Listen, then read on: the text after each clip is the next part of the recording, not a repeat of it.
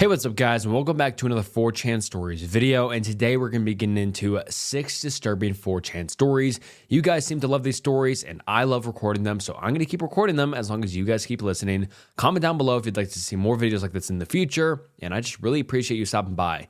Sit back, relax, get comfy, and get ready to listen to 6 disturbing 4chan stories. I love all the stories in this video. Super entertaining, super scary, and most of all, super disturbing. You guys are the best. Please like and subscribe to the channel. It helps so much. And yeah, without further ado, let's get into 6 disturbing 4chan stories. In college, living in dorms. Huge building. Be chilling in one of the lounges one night. The building is basically empty because Friday night and everyone's clubbing or some gay shit. Friend points out janitorial closet is left open. Always wonder what's in there. Jump up and tread inside. There's plywood everywhere. Very small room with nothing else but a ladder leading up to this crevice, and climb up because why not? Leads to what looks like a blown out hole in the wall. Peer inside. Looks like a very short attic that goes across the entire building. Lay bro, come check this out. Climb inside to allow friends to see.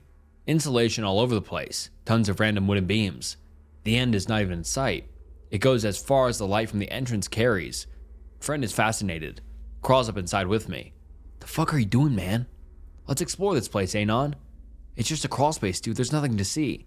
Ignores me, starts crawling away into the darkness. Crawl after him, don't want him to die from osmosis or something.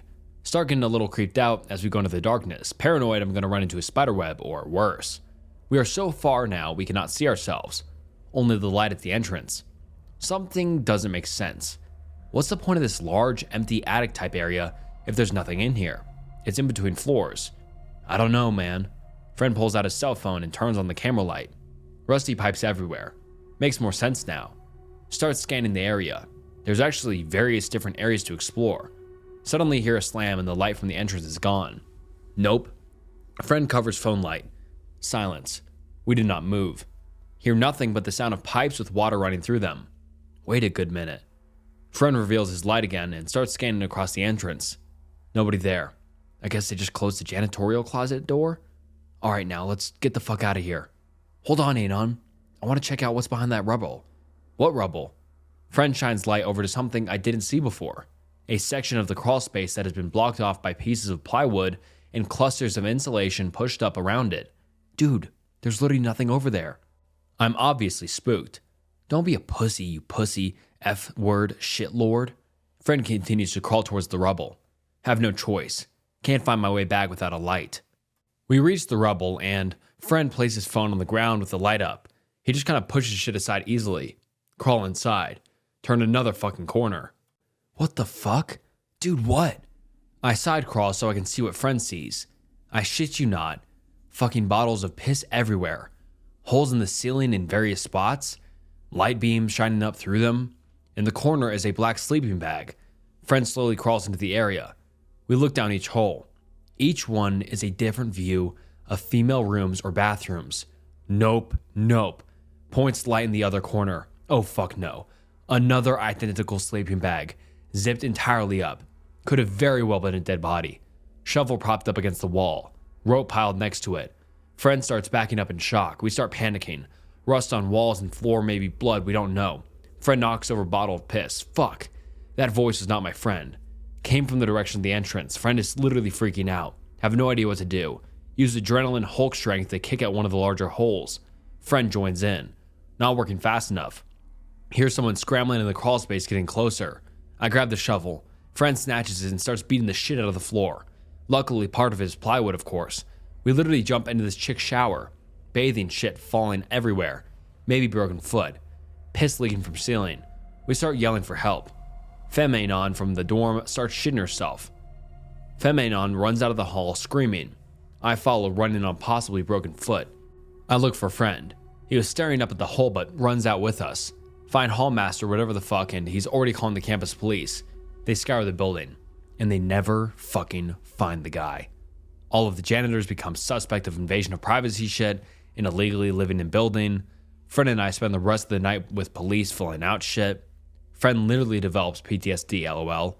While talking to the police, he describes what he saw while looking up at the hole.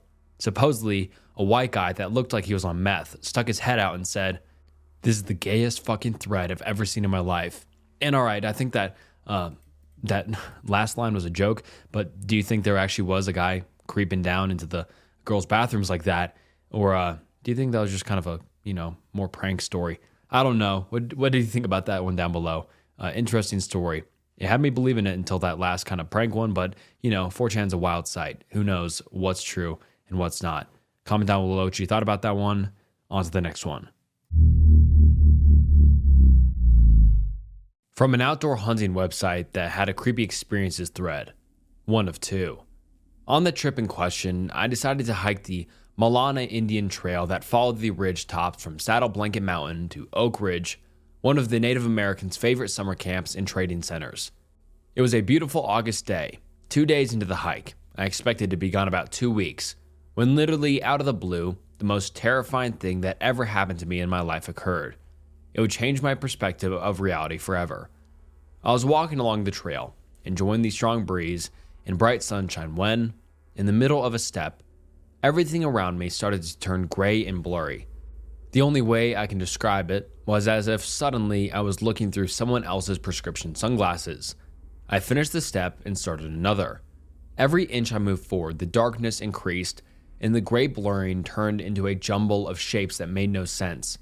I then seemed to pass a barrier, and everything started to return back into focus. When my foot reached the ground on the second step, everything around me changed.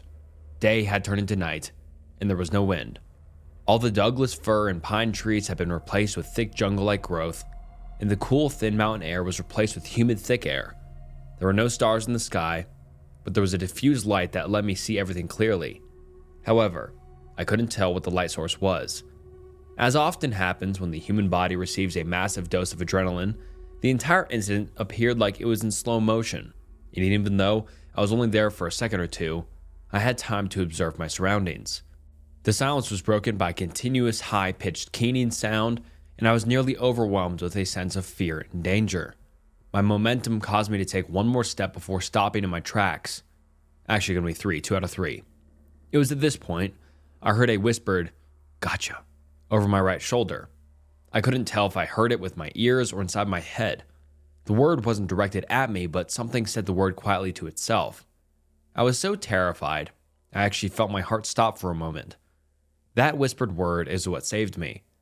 I opened my mouth and gasped in a huge gush of thick air and recoiled backward in the same footsteps I had entered wherever I was. As I threw myself backward, I looked over my right shoulder. A dark-colored, hairy right hand and arm was reaching for my throat over my shoulder. The hand had pale ivory spade-shaped fingernails. The nails looked clean and almost had a manicured look to them. The thumb was placed lower, towards the wrist, on the hand than a human's is. Both hand and arm were thin and powerful looking, and both were covered with thick, coarse black hair. I got a good look at it because the thumbnail grazed my neck. It did not break the skin as I moved backwards. As I continued backwards, the hand clutched where my neck had been a split second before, and it seemed to fade off into the distance as I returned through the portal. I took 2 more steps backwards, and everything reversed itself from what had just happened. The world around me became lighter, the fir and pines gradually came back into view, and by the 3rd step, I was back on Saddle Blanket Mountain. I continued to move backwards in terror, and as I did, I observed that where I had just come from was a shimmering oval patch of air about the size of a large door. The woods behind it looked like it was underwater, and by the 5th step backward, the shimmering area seemed to just evaporate, and everything was back to normal. By then, my lungs had nearly burst from the volume of air I had inhaled during the huge gasp I had just taken. My body felt like it was on fire from the adrenaline surge, and I spun around and ran back down the trail as fast as my legs could carry me, and didn't stop until I reached my truck. I was nearly 2 days getting to that place, and about 3 hours getting back. On my way home, I was absolutely terrified at the thought of what would happen if I were to drive my truck into something like that. It had been a trap, pure and simple. Whatever it was that tried to kill me somehow kept the portal hidden from me on the way in, and I didn't actually see it until I was back out again. I had terrible nightmares for years, and still haven't come to grips with what happened. My fingers are trembling, and the hair is standing up on the nape of my neck as I write this. Severely shaken, I've read everything I could get my hands on about people who have mysteriously disappeared throughout history, and discovered several instances where people have vanished in plain sight of others. The quantum physics people have a theory about parallel universes. They just might be right. Since I originally wrote this, report hashtag 9202 from Sutter County, California was submitted to the BFRO. The person who submitted the report drew a picture of the creature he saw in a tree. The right hand in the picture is exactly the same one as I saw. Note the thumb placement. And the forearm on the left is exactly like the forearm of the creature that attacked me. Any way you could post the picture from that thread? Very cool story though. Really lines up with my own theories. There was no picture. The thread was over 100 pages long, but it was an older forum style that didn't have support for pictures. Here's the thread. Damn good read. And here's the pic the passage refers to. It's hosted on a different website, not on the actual thread. So X, I'm feeling generous. Decided I'd share my nope in a woods. Anyone interested? Bump. Yes. Anyone interested? Before I start, I'll give you a bit of a background. This happened in 2012 when I was still in school. Me and two bros of mine decided we would enter a film competition because fuck it, and we all had experience in filmmaking and editing, after seeing a leaflet on it in our school. The winners would win a cash prize and some other stupid shit, I don't know. We took basic supplies like food, a tent, camping apparatus, weed, and liquor because it wouldn't be a proper camping experience without them, a camera, and a tripod to film our spooky movie. The events that occurred happened over the course of 4 days. We originally planned to stay for 5 days. P.S. I don't usually green text, so don't ridicule F words. B17. Bro 1, let's call him Chris, also 17. Bro 2, let's call him Sean. Sean is 16. Remember, both of these names are made up for the sakes of anonymity. Chris was the most macho guy of the group, who was the ladies' man. He was a great athlete and the sporty type, but deep down, though, he was a real sensitive guy. Sean was the geek of the group, who was an outdoor freak. He was shooting elk since he was 12 with his father, so he knew his shit about outdoors. He was great at computing/editing, but was slightly beta and the only virgin out of the three of us. We'd usually tease him about it in a jokingly way, of course. Anyway, day 1. Used my dad's car as a means of transportation. Drove about 27 miles outside of the nearest town. Pulled up into a secluded road for about another 5 miles before pulling to stop. Investigate the grounds to see if it's suitable for the film/camp's location. Perfect. We walk about 300 feet into what looked like a campsite. Nearly sure it wasn't, and that we were actually trespassing. Who gives a fuck? We are all appointed roles. Mine was to collect firewood when necessary. After prioritizing the important shit like setting up our tents, starting a fire, and getting our bearings of the surrounding area, we started to film. The film was meant to be one of the cliche slashers in the woods like Wrong Turn and Friday the 13th. I was a character alongside Sean. Chris filmed the film using the camera and tripod. Looking back, it was cheesy as fuck, but fun. What seemed like no time was actually like 5 hours of shooting and messing around. Sean suggests heading back to the campsite as it's getting dark and we don't want to get lost. We get back to the campsite and some of our stuff is missing and misplaced. We notice our rucksacks carrying our food has been opened and food has been stolen. Starting to feel uneasy about the situation. Sean says it was probably a deer or a bird. Me and Chris don't argue, but we all slightly unsettled about the situation, although no one said anything in case they would be called a pussy, etc. After about 2 hours of smoking and drinking, a strong smell resembling rotten milk mixed with vomit hits our nostrils with the power of 1,000 suns. Chris shouts, "Which one of you fucks farted? It fucking smells like burned asshole." We piss our balls laughing cause everything's better stoned and drunk. In the fits of our laughter, a quick rustling in the bushes behind the tent occurs. We all go silent. Freaking out, Sean grabs his hunting knife and observes the tree line. After what felt like an hour, Sean cautiously approaches the tree line. He gets to the tree line and shines a torch into the woods. Nothing. At this stage, we are wondered if we had like a joint, pun not intended, nope experience, and that the weed and alcohol was making us imagining it. We decide to call it a night and crawl into our tents. Day 2. Wake up with slight hangover and dehydrated at like 8:30 a.m. It's overcast unlike it was the day before, which was sunny. Unpredictable weather. Fuck. I crawl out of my tent. Sean is sitting on his camp chair at the edge of the smoldering fire, poking the ashes with a stick, lost in thought. I walk over to him. Walking over, he doesn't notice I'm there. I ask him, "Hey man, you okay?" He looks up at me and says, "Yeah man, I'm fine. Want to go exploring into the woods?" I ask why. He says, "'Cause man, just curious." Weirded out, but I say, "Yeah man, sure." We decide not to wake Chris up because he's a cranky shit when he's disturbed from his sleep. We roll some joints and disappear into the woods. High as shit, exploring nature is fun. We come to the top of the hill. Overlooking some of the woods, I take some photos on my phone of that shit because the scenery is fucking beautiful. On our way down, Sean casually asked me in a nearly a whisper, "Hey man, did you hear them screeches and the giggling last night?" I say, "Nah man, I was probably sleeping though." He says, "Oh, I'm surprised he didn't because they're pretty loud." He then goes on and says that he was pretty creeped out. I nervously laugh and say it was probably a fox or something, man. I wouldn't worry about it. He says again in a whispering-like tone, I don't know, man. The more I think about it, the faster my heart starts beating. It's unusual for Sean to be creeped out, and when he is, he wouldn't say. On top of the fact that he has been camping most of his life, and he knows just shit about outdoors and wildlife. "Is that why you were quiet as hell this morning?" I ask. "Yeah, man, I was pretty worried." Feel unsettled about it.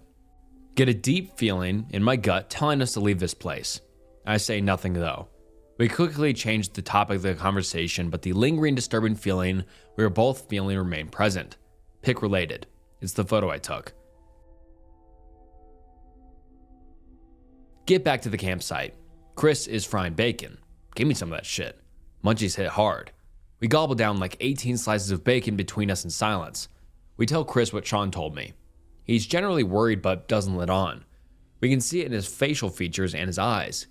Comfort him by saying it was a fox or some shit. Resume filming. Filming for 2 hours. Call it an early day of filming because Chris had a bad hangover. We don't complain as we are worn out also.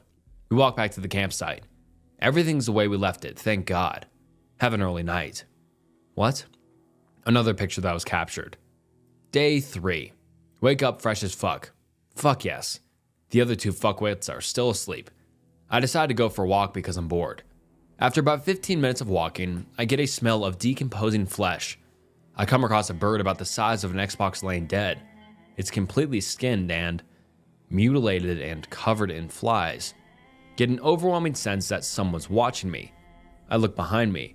About 110 meters away, can make a black figure lurking in between trees and bushes. Whilst looking at it, I hear giggling from behind me, which sounded about 10 meters away.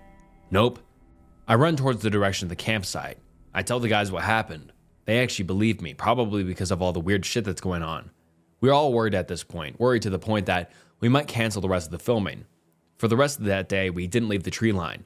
We sat in our chairs on constant edge, jumping at every creak and crack. When it got dark, we decided to finish off the rest of our polished vodka because fuck that. Drunk as fuck, we forgot about the spooky things that happened. Chris notices we're getting low on firewood. Before anyone can mention, Sean volunteers because he's a crazy motherfucker with alcohol in him, and he is by far the drunk out of 3 of us. Says, I need a piss, and piss anyway, in a slurred voice as he's drunk as shit. He staggers off into the tree line and into the pitch black. Me and Chris resume talking. Half an hour or so passes, and still no sign of Sean. Where the fuck's that guy's at? Chris says, half laughing and half concerned. We start to feel really worried. At this stage, the fire is smolder, and we're using 20 million candle-powered flashlights to see where the fuck we're doing. The smell of burnt asshole returns with a vengeance. This time, it's that bad that our eyes are watering from it. As soon as the smell slightly dissipates, Sean emerges from the tree line, calm as ever, and sits down beside us casually. Where the fuck have you been? We asked him, generally concerned. He doesn't respond. And why the fuck are you covered in dirt and shit? Doesn't respond again. He just sits there looking at the ground, daydreaming. This isn't funny, Chris says to him generally. Sean, once with an emotionless face, sickeningly looks over at Chris with a smirk on his face, then turns back to the ground. Whatever, asshole, Chris says, who then stands up and crawls into his tent. I look at Sean, who is emotionless once more. What the fuck, man? You didn't even hit the firewood, I say. As soon as I say that, he quickly looks up and over to me and says, "Do you want to come help me get it?" Slightly weirded by the fact that, not even an hour previous, Sean's words were slurred as shit, and now he's speaking if he's stone cold sober. I kindly refuse and say, there's no point, man. We might as well go to bed. I get up and walk towards my tent. As I crawl into my tent, he says, "Anon, are you scared of it?" In like a fucked up voice that sounded like the girl's voice from The Ring when she rung to the victims. To this day, it seriously makes the hairs on my neck stand up. What the fuck? I turn my head and say, "Why are you talking like that for?" He mockingly smirks. Like what? I think to myself, what a fucking asshole, and crawl into the tent. I get fuck all sleep, thinking Sean's going to cut my throat as soon as I close my eyes. Not once did I hear Sean's tent zip open and close, meaning he stayed out all night. It was sickening to the stomach. Day 4. I wake up in the morning to find Sean's tent unoccupied. Think about last night and ask myself, did I have too much to drink? Generally start to believe that what happened last night wasn't real, and my drunk mind interpreted the events wrong. I cook myself up some sausages and eat them in the sun like a boss. Chris awakens from his tent. He sits beside me. I offer him some. He refuses. What the fuck happened last night, he asks. We were drunk as fuck, man, I say. Yeah, I suppose, he responds. We dismiss it. Where's that F word anyway, Chris says jokingly. Probably away getting firewood, I say. After a while of waiting, about to resume filming, Chris, being the hothead he is, loses his patience. If that R word is lost, I'll rip his head off. I tell him to chill. He opts to go looking for him whilst I stay at camp in case he comes back. Chris disappears into the tree line. An hour or so passes. I sit in the sun and smoke a cigarette. Birds are chirping and all feels good. Dawns on me that neither bros have returned though. A slight sense of anxiety is present. I try to ignore it. It gets worse. The birds have gone silent and a tinge of sour milk is present. I start physically gagging. I think, what the fuck is it with this place and foul odors? I look up sharply into the tree line at the back of the tents. What I'm met upon is terrifying. Even to this day, thinking about it chills me to the core. Despite being about 50 meters away, I was able to distinguish the creature's features. By the looks of it, the thing was at least 7 feet tall. It looked like Gollum from Lord of the Rings, but only it was skinnier and it was pale. Its eyes were like 2 small black buttons, sunken deep into the creature. Skull, although the teeth weren't visible, I could imagine how they look, which adds to the despair. Paralyzed in fear and intense nausea, I stand looking at it in sheer disbelief. Before thinking to nope the fuck out of there and shot on all fours, at this stage my head is spinning and in shock. Chris explodes out of the trees, pale snow white, with a gash on his face. I grabbed whatever I could and noped out of there without looking back. The 300 meters it took to get to the car were the longest of my life. Whatever the fuck it was following us and mocking us in John's voice, which to this day still sends shivers down my back. We jumped in the car and got the fuck out of Dodge, assuming it had gotten to Sean.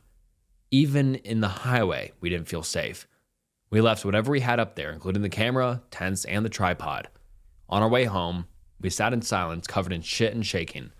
When we entered our town, we discussed how we would tell the authorities, family, and friends about how our friend is up in the hills and some shape-shifting humanoid creature has consumed him and how we abandoned him. We decided to ring his cell, but there was no answer. We called at his parents to see if he had gone there. We automatically assumed he wouldn't be there because his parents were out of the country. He answered the door casually, as if to say nothing happened. We talk and explain all the shit and what happened. The real disturbing and unsettling thing about it is the fact that he denies even going on the trip. He said he had been staying home during the entire duration of the trip. We are in utter disbelief, and of course, when we tell all of our other friends, they just don't believe us. There's no proof of him being up there. The only proof is on the camera, and we noped out of there before retrieving it. Since 2012, I've moved from that town, and from what I know of, Sean has alienated himself from his family and friends. He lives by himself and doesn't leave his house apparently, but I don't know for sure. Pretty much after that, I cut all contact of way with him. I occasionally talk to Chris on Facebook, but that's about it. Pic related. It's my 10 on day 1. More pictures from my old phone.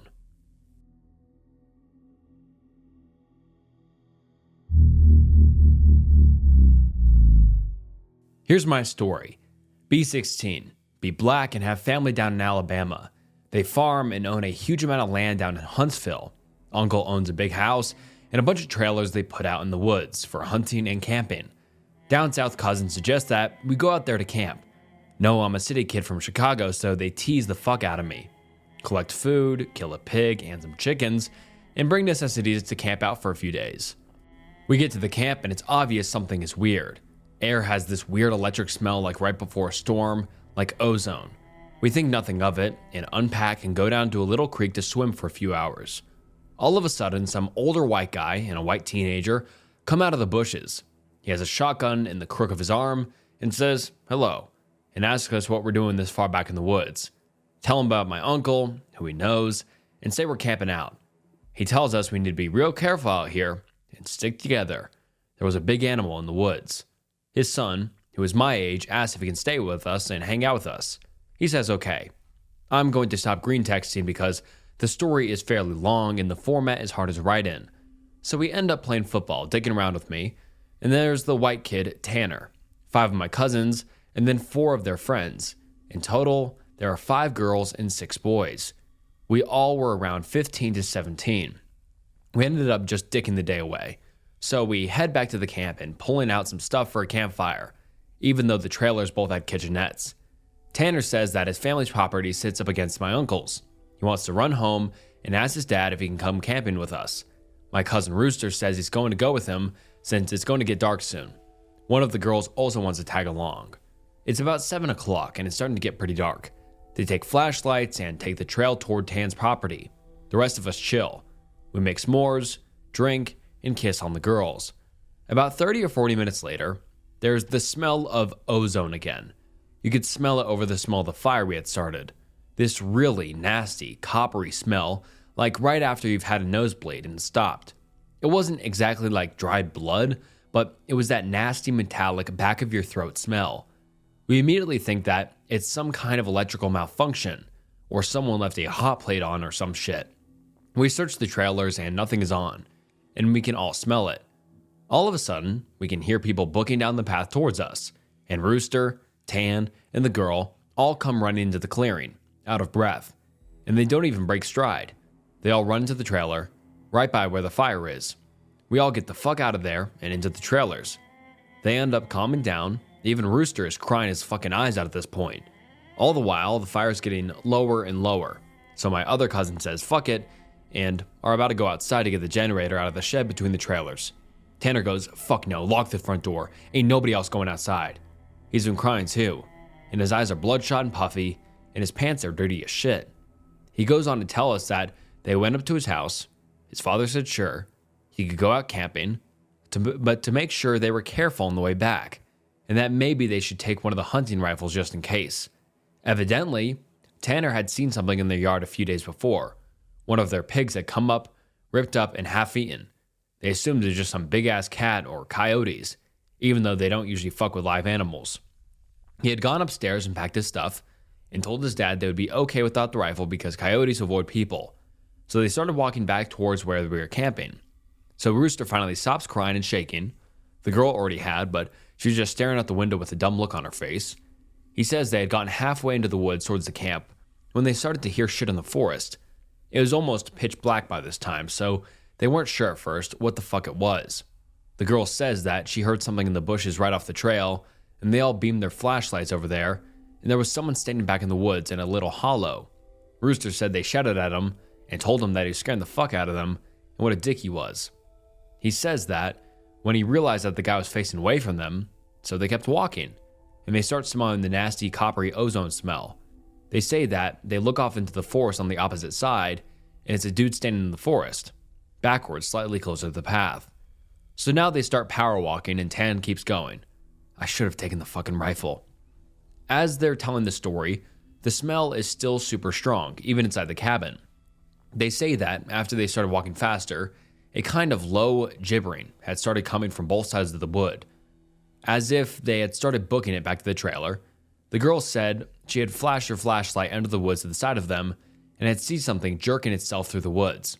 The gibbering just got louder and louder, and when they could see the light from our campfire, Something had come out of the woods about 40 yards behind them onto the track, and they had just flat out ran as hard as they could to the trailer. So we're out in the fucking woods, and we're assuming at this point it's some rednecks or some shit trying to fuck with us. All of a sudden, my other cousin, Junior, starts going on about how he went to school with a native kid that was telling him about the goatman or some shit. We probably tell him to shut the fuck up because we don't need any spooky talk right now. But he just keeps going on and on about how it's the fucking goatman and how we're in his woods and blah blah blah. Now, at the time, I had never heard of this goatman or any of that. But then a couple years ago, the year before I graduated from college, I had a menom for a roommate, and I ended up asking him about it. And to sum it up, it's basically a fucking man with the head of a goat, and he can shapeshift, and he gets among groups of people to terrorize them. It's also supposed to be kind of like the Wendigo, and it's a bad mojo to even talk about it, and even worse if you see it. Keep in mind, I didn't know this back when I was 16, so my cousin is going, the goat man's gonna get in and fucking get us. The girls are all terrified, and my cousin and I are all fucking trying to figure out if it's just some hillbillies or if it's some animal. All of a sudden, the smell that just goes away. Like to this day, I haven't even experienced anything like it. Like usually smells fade away or lessen. It just literally was there 1 second and then not the second. So it's after an hour, making it around 9 or 10. We've stopped shitting bricks enough to go back outside and stoke the fire again. We figure it was just some assholes trying to fuck with us, so we don't go back home because we think if we do, they'll chase us through the woods or some crazy shit. Nothing else happens that night, and we stay another night, and for the main part of the night, nothing happens. At around 1 in the morning, we're outside getting drunk and telling ghost stories as someone is finishing some too spooky story. I don't remember what about. The smell comes back. It's so fucking strong that one of the girls literally starts vomiting. I stand up, and you can actually feel how clammy the air is. I say we should get inside and that this isn't right. We should have just fucking left.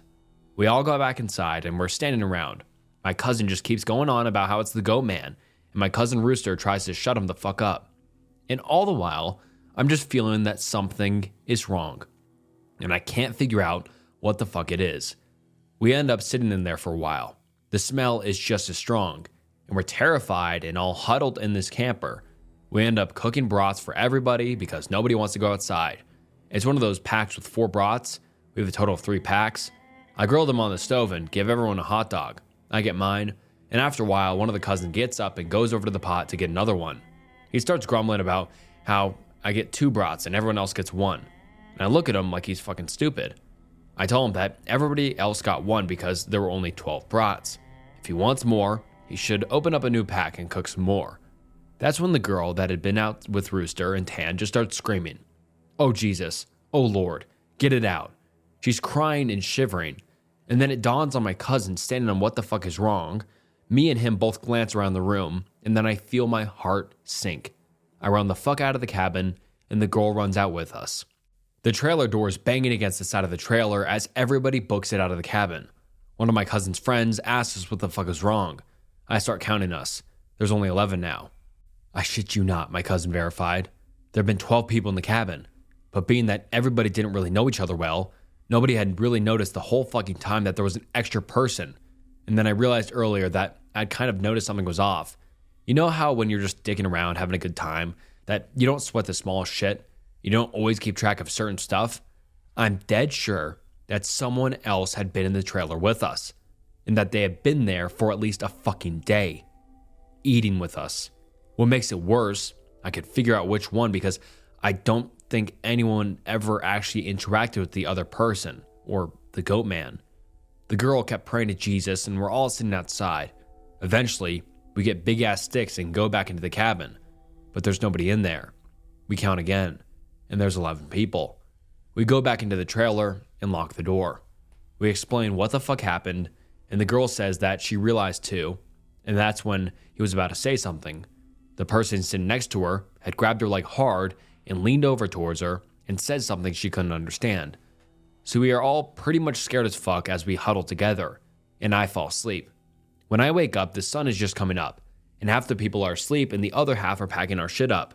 We all want to walk back home, but like 4 people want to stay until the sun is all the way up. And some people think that we're just fucking around and just want to stay at the trailers. I just want to get the fuck out of the woods. The girl's name was Kira, the one that the goatman had touched. Anyway, I asked her if she really thinks it was something bad. And she says she just wants to go home and she doesn't want to be out in the woods alone for another night. So we decided to split up. The 4 that want to go can, but I have to stay because I have the keys to the cabin and it's my uncle's and I have to lock up. I'm super pissed at this point because I feel like people aren't taking this shit seriously, and I definitely didn't want to be out in the woods for another night.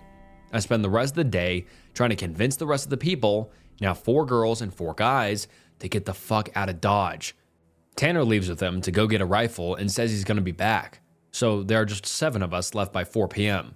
At around 5 p.m., he hasn't made it back yet, and we're getting extremely fucking antsy.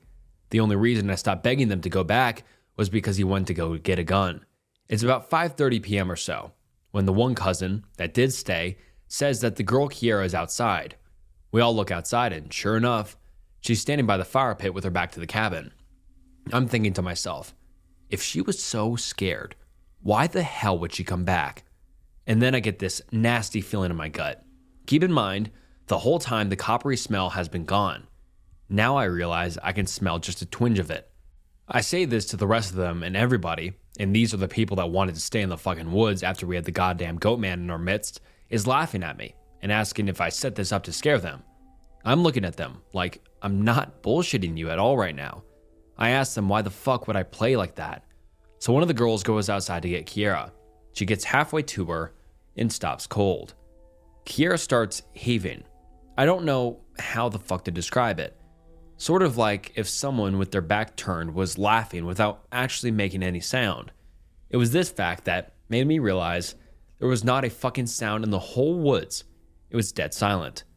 This was like late in September, so it was still fairly hot at the time, but it was super chilly some days too. And you could usually hear big ass geese honking or some kinds of birds or squirrels chit-chatting. So I step out the door and tell her to come back in the fucking trailer right goddamn now. She backs up into the trailer and we lock the door. We pull down all the shades except one and put a guy there in a chair to watch her. She stands there for another 20 minutes or so. The guy turns to say that she's still there, and there's a huge fucking bang on the door. We all jump the fuck up and scramble around the living room of the trailer. The banging is super loud now. So now my cousin is holding one of the girls, and the other 2 are kind of giggling with nervous laughter, and me and the other 2 guys are shitting bricks.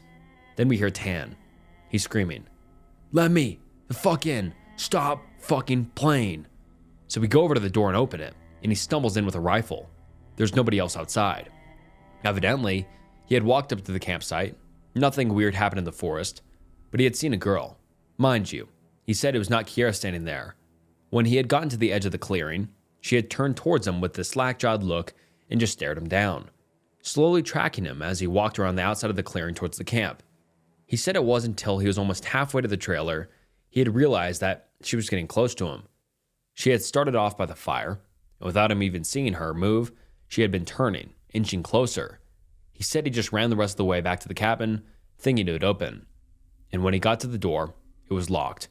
He turned, and it was about half the distance to the door. He looks around the room and then gets super pale. He pulls me to the side and whispers in my ear, "You know there are only 7 of us in here, right?" I get that feeling where your stomach drops to your nuts. It had been back inside the trailer where we had been sorting out who was going where. And then when we all went outside to talk earlier in the day, it had just slipped right back in. We all looked out the window and there's nobody out there. So we recount everyone, and then basically I go over and ask everyone how many people were here earlier, and everybody says 8. I say, well, how many are here now? They all do the count and then realize there are only 7 people in the cabin. So Tan had brought back a couple boxes of ammo in his rifle, and he had told his dad that there was some kind of animal in the forest because he didn't think his dad would believe him if he said it was the goatman. He says that his cousin is supposed to be coming down in a few hours, and then in the morning we can all go back to his place, and his cousin will drive us home. Now, I'm really terrified, but I at least feel better because we can be American and shoot the fuck out of whatever it is if it comes back. But then my cousin gets into this huge argument with one of the girls because she thinks I'm trying to be funny and prank them, and that she's getting really scared and that I'm not funny. He keeps telling her that I'm not that kind of person, and she says, well, how do we know the girl it wasn't just Tanner in a wig, or if it's really the goatman? How do we know that this is the real Tanner and that Goatman just didn't kill Tanner in the woods and take his gun? So we get into this huge argument about this where me and Tanner are like, we could seriously be in danger because at the very least, someone had been sneaking themselves into our fucking trailer without us knowing and mingling with us. And at worst, something bad is in the force with us. One of the girls is crying and saying she wants to go right now. And we're trying to tell her we shouldn't because none of us were walking through the woods in the middle of the night. And at this point, the sun is starting to go down and it's getting a little cloudy out. We eat something and turn on the radio for a while. But we can't really get a station out there with anything decent. So we turn it off at about that time that Tan's cousin shows up. He was like 19, I think. At this point, the sun is just barely over the horizon, and he has one of those heavy-duty lantern flashlights and another rifle. He walks up to the trailer, and we whisper to Tan, asking if he's sure that's his cousin, and he says yes. The guy looks behind him and all around the camp, then walks in. He kind of glances at all of us and looks a little confused. He says, "Where's your other little buddy at?" I figured she would meet up at the cabin. Is she a little slow or something? He also asked whether we had been cooking blood in the cabin because it smelled like blood in hot pans all the way up the trail. We are all like, nope. But we asked him what the fuck he's talking about with the girl he saw.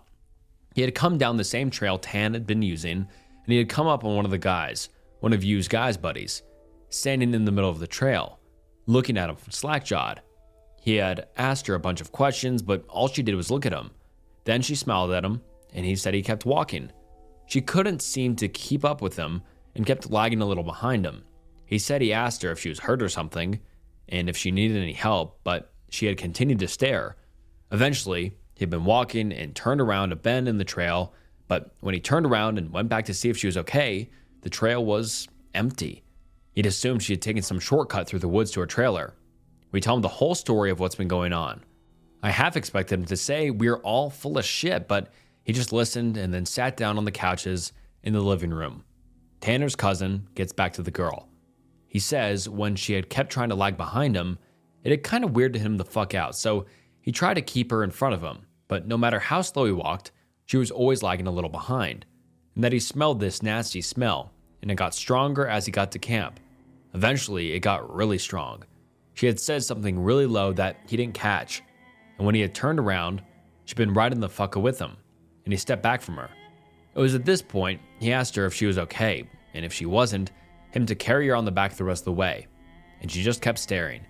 He said he reached out for her, as in to grab her on the shoulder, but he must have misjudged the distance because she was off to the side of where he put his hand, like she had moved while he was looking dead at her.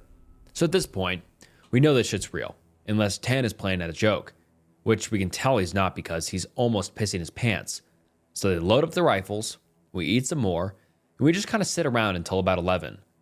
To this fucking day, every time I think about this, I really pray to God that it's some huge prank that my cousins played on me and just never revealed, so I would shit for the rest of my life. At around 11, the stink of copper turns into an actual nasty, gross, blood-like smell, like cooking blood and singed hair. Tan and his cousin Reese get the fuck up instantly and grab the rifles. There's like a half knocking, half clawing at the door, and I shit you not, there's this voice. And it sounds like when you see those YouTube cats and dogs whose owners teach them how to talk, it says in this hating, weirdly toned voice, "Let me the fuck in. Stop fucking playing." It made my fucking nuts creep up against my body, and one of the girls just starts crying and calling on Jesus. It was so fucking obviously not a person talking. It didn't have the right cadence. And that's some shit that I never realized until that moment, but all people have a certain cadence when they talk. No matter what language, all people have a certain kind of rhythm to talking. This shit didn't have any kind of cadence or rhythm. One of those YouTube cats. That's what the fuck it sounded like outside the door. So now I'm in full-on terror mode. We keep yelling outside, "Who is it? Stop fucking around, man." And it just keeps saying, "In," or "Let me the fuck in," for almost 15 minutes. It sounded like this almost just not funny. Sorry for being on a tangent, but if you can't imagine how this shit sounded, then you can't imagine how fucked up the whole situation is. So then the smell goes away for a while. And for the next hour or so, you can hear someone basically creeping around the woods or some shit. Every couple minutes, they'll come back into the door and say something. Finally, when the smell fades away, it's around 2 in the morning right now, Reese says, "Man, fuck this," and opens the door and walks outside with his rifle. He fires a shot into the air and says something to the effect of, "In the name of Jesus Christ, go away." He fires 2 more times, and then from the woods, right up against the river across from the trailer, it sounds like something is slowly gibbering and hooting. Then it starts screaming, and it sounds almost like a woman and a cat in a bag screaming together. Like, I seriously have never heard any shit like that, and you can hear the brush over that way start to shake. Reese fires over into the tree line and then starts back into the house. We lock the door, and we can hear the shit keening and screaming.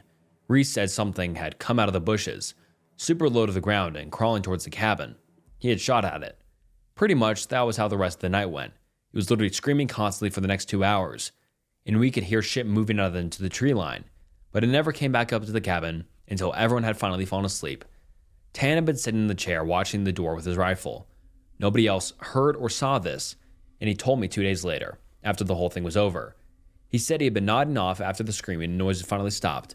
He had been almost asleep when he saw someone come out of the bathroom and then lay down in the middle of the floor and go to sleep.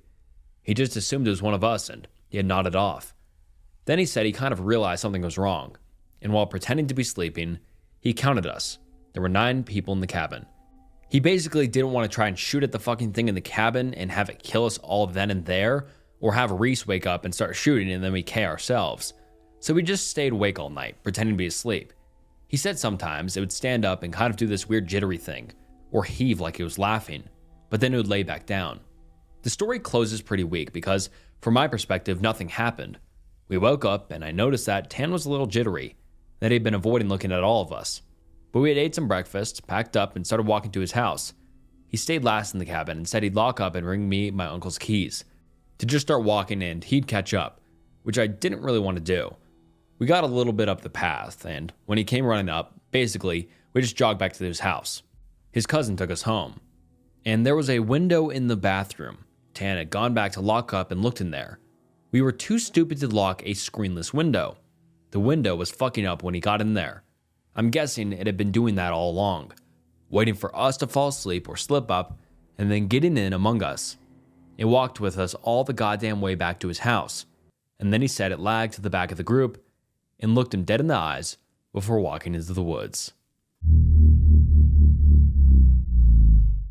This story is one told to me by my grandfather, who was told this story by his own father before he passed.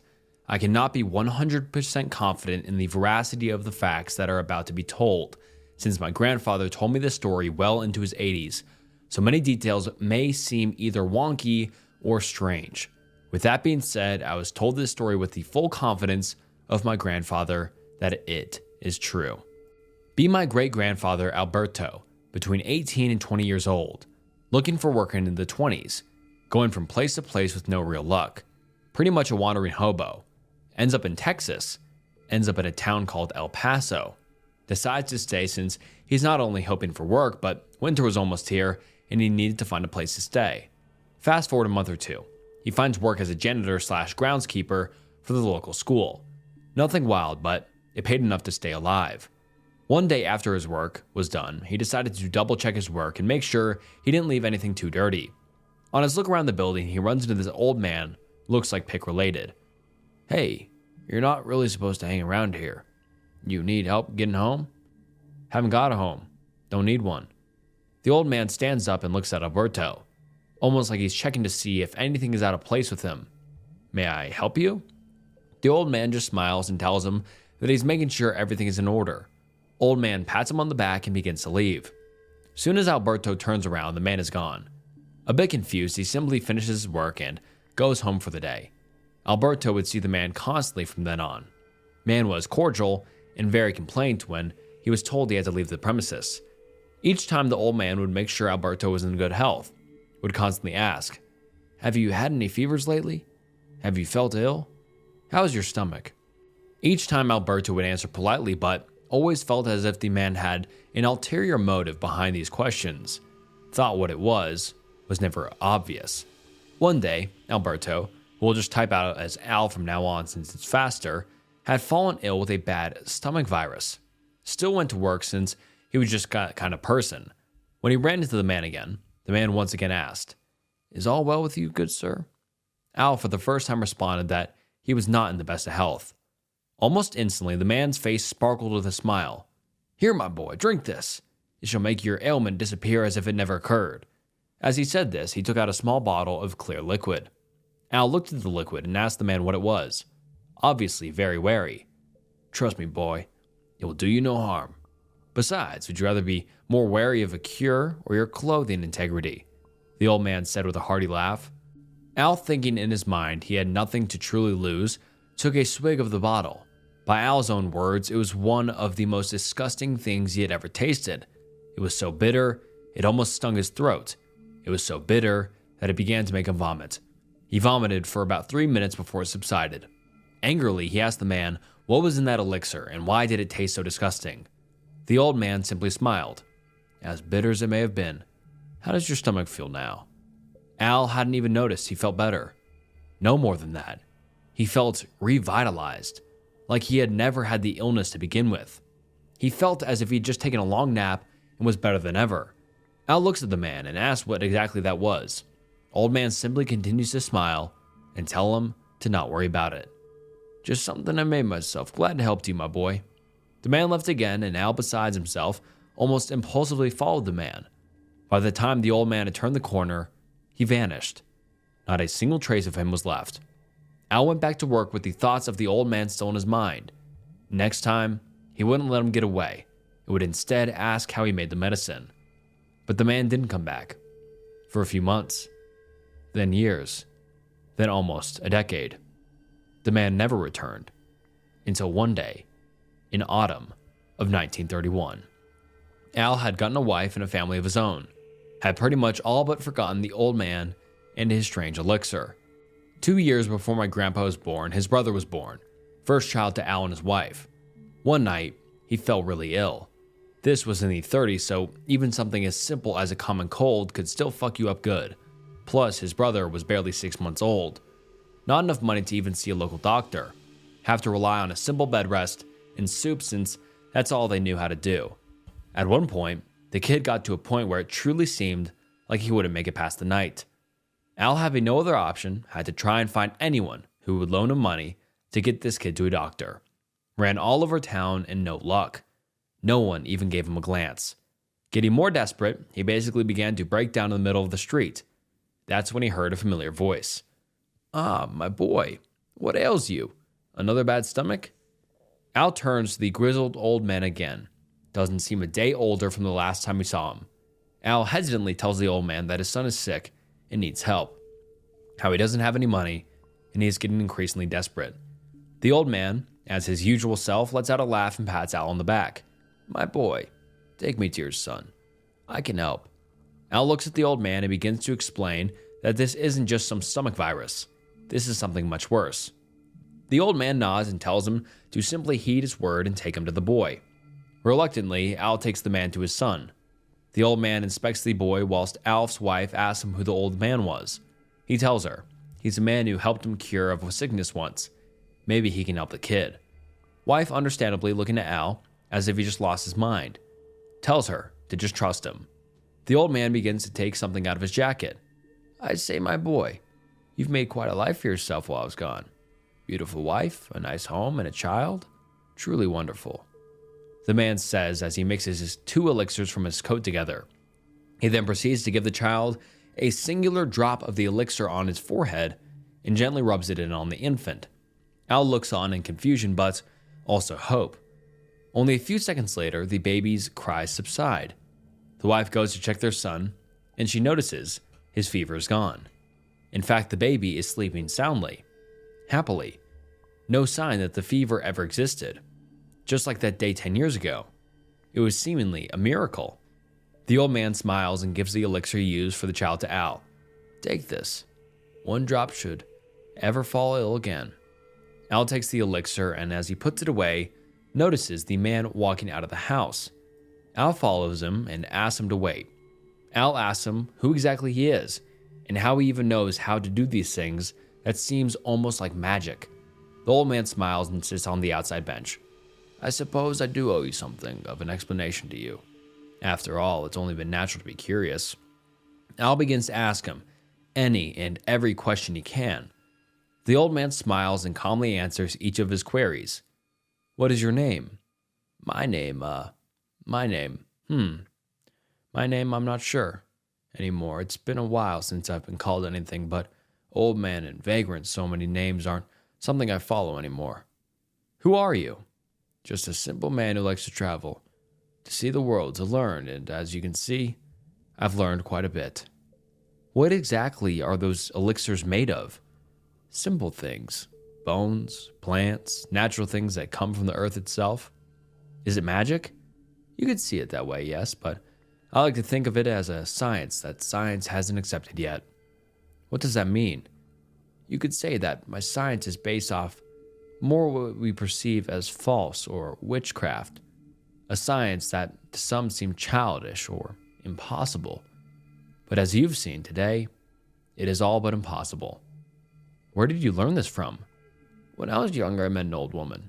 Funnily enough, not much unlike how I am today. She saved my life with these elixirs and potions, and I, amazed and almost somewhat fearful, asked to be taught, which she did with reluctance. Could you teach me these things? Heavens no, this knowledge comes not without a heavy price, a price that I could never ask of someone who has a wife and a child, simply out of the question. What is the price? It comes at the cost of one's own death. As in you can't die? That doesn't seem too awful. Of course not. Eternal life seems like a blessing. For the first 100 years. You're over 100 years old? Possibly older by now, my boy. So does that mean you're also invulnerable to harm?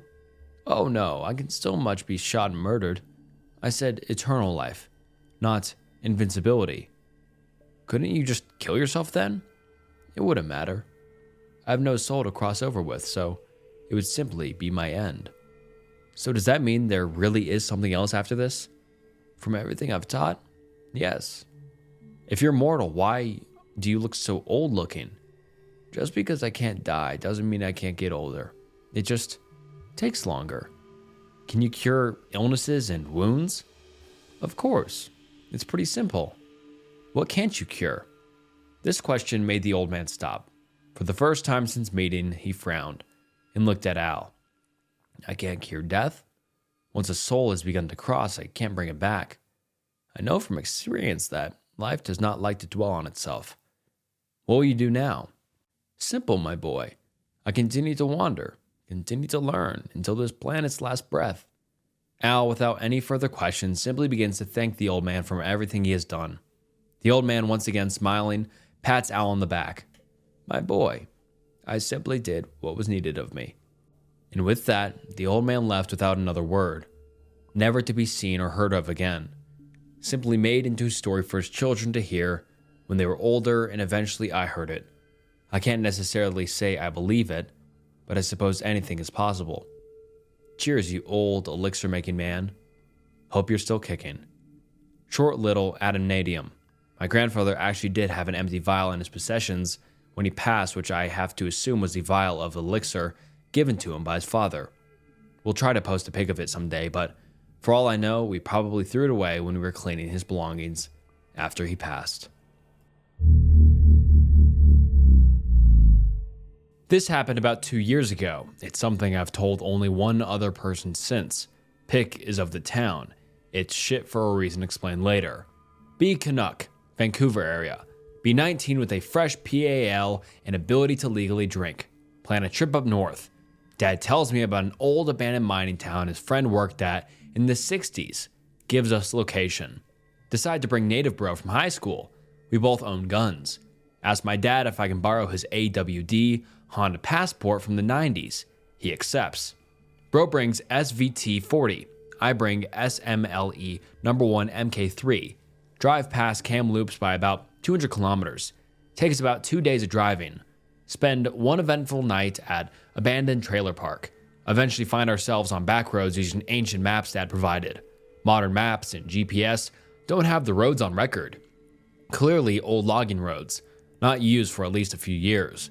Eventually reach Old Town. Desolate as fuck. A few collapsing wood buildings. Starting to get late, but light enough to snap a few pics. Brought old Nikon FM2 because I didn't want to risk my digital. Bro and I set up camp next to a car in an open semi-gravel area. Use wood from old buildings as firewood. Gets dark. Cook a few cans of beans and some salmon native bro caught a few days before. Out comes the beer. Head to tent, mildly inebriated. Decide to go in the woods the next day. Late night / early morning, hear multiple human footsteps outside. Probably just native bro. Go back to sleep, Anon. Realize native bro is sleeping next to me about 5 minutes later. Wake up bro quietly. Both grab rifles and open tent. Nothing there. Go back to sleep, Anon. Probably just a dream. Agree with bro and sleep. Wake up next morning somewhat early. Native bro already awake making breakfast. Frying god-tier canned sardines. Anon. It wasn't a dream. Takes a minute for my mind to remember. Bro points at multiple boot tracks and campsite. Not ours for sure. I'm visibly more creeped out than native bro. Native bro grew up on shitty reserve, seen some shit, etc. Decide we'll lock our gear in the car. Both of us want to investigate. Consult map. Go in the woods with day packs of limited food, water, and first aid. Oil lamps and flashlights as well. We each have a reasonable amount of ammo. 40 rounds of new protection, Privy 174 GR FMJ 303. Bro had a couple of X54R stripper clips in his coat pocket. Start moving in the direction of the footsteps. Native bro is a good hunter / tracker, but loses the trail about a mile in. Decide to continue in the direction of the tracks anyway. Creeped out by this point. Native bro is pissed that he lost the tracks. Hike about 5 miles. Find some more abandoned stuff. Starts getting dark. Realize we both got carried away and realize it'd be unwise to head back. Eat some cold beans since we don't want to attract attention with a fire and then sleep. Wake up in the middle of the night to whispering. Takes a minute for eyes to adjust to low light. Look over at sleeping native bro. Realize there's 2 black cloaked figures above him. One is touching his face. They're talking in English but not audibly. Just about shit myself. SMLE is across my lap. Flip off safety as quietly as I can. One of them starts reaching for bro's SVT next to him. Raise rifle to my hip slowly, pointing it in their direction. Fire off the first shot. The fuckers see me rise up while working the bolt and run. They start screaming like you'd expect someone getting their eyes ripped out to. Native bro practically shits himself and gets down. Mad minute into the forest. Takes us about a minute of frantically throwing our gear together to get out. Panic and start running in a random direction. Get cut up running through brush. Native bro and I are somewhat fit. Both in army cadets since we were young.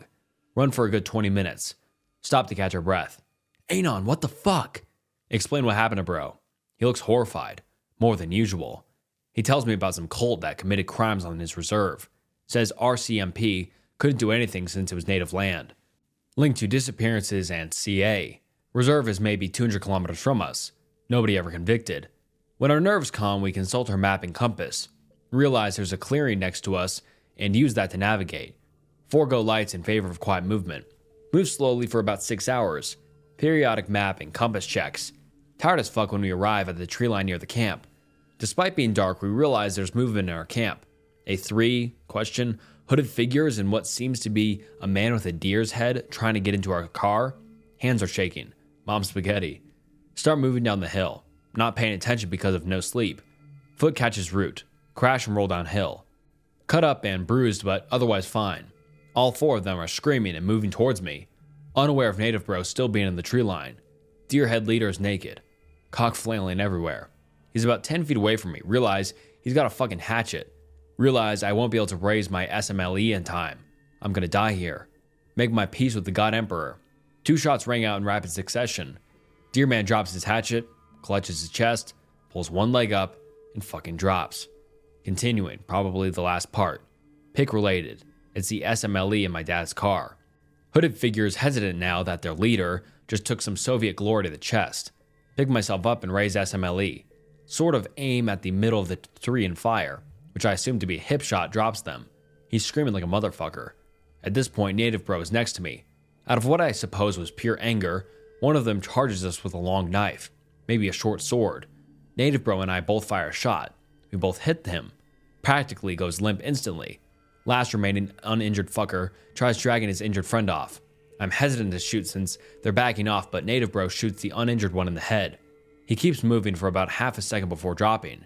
We check the bodies. Realize that deer man was just a guy wearing the head of a deer.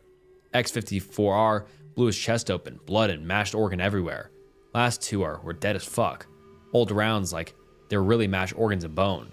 Last guy remaining alive is pleading for his life. Realize he's not pleading with us. Screaming into the sky about some sort of strangely named deity, god, or whatever. Can't remember it for the life of me. Anon, we can't let him live. Realize Native Bro is right.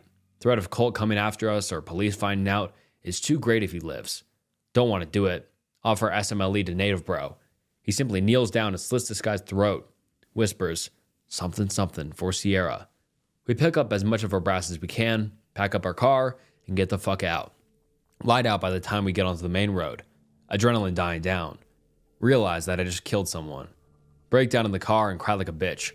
Pull over and have a bro talk about it. Tells me we did it in self-defense. Feel like there's more to it for him. Sober up and continue on the road.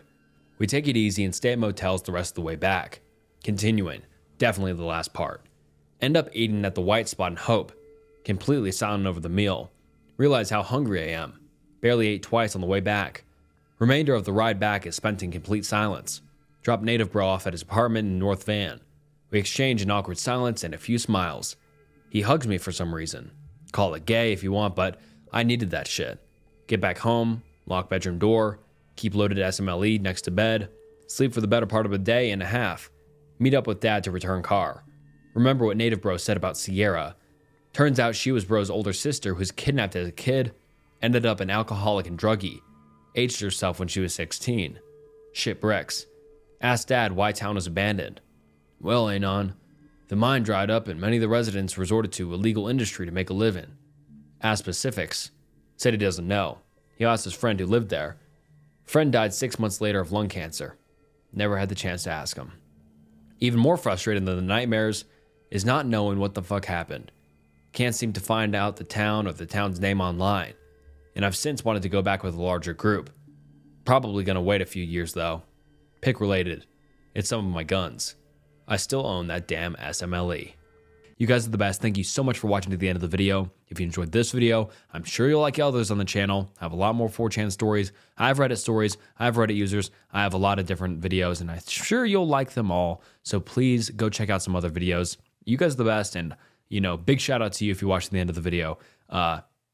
Please like and subscribe if you're not already. That helps a ton, and you watched the entire video, so I'm sure you liked it. And might as well subscribe so you can see more stuff like this in the future. But like I said, you guys are the best. Hopefully you had a good time. I had a great time reading this for you guys. And this is Snook, and I'll see you next time. Bye.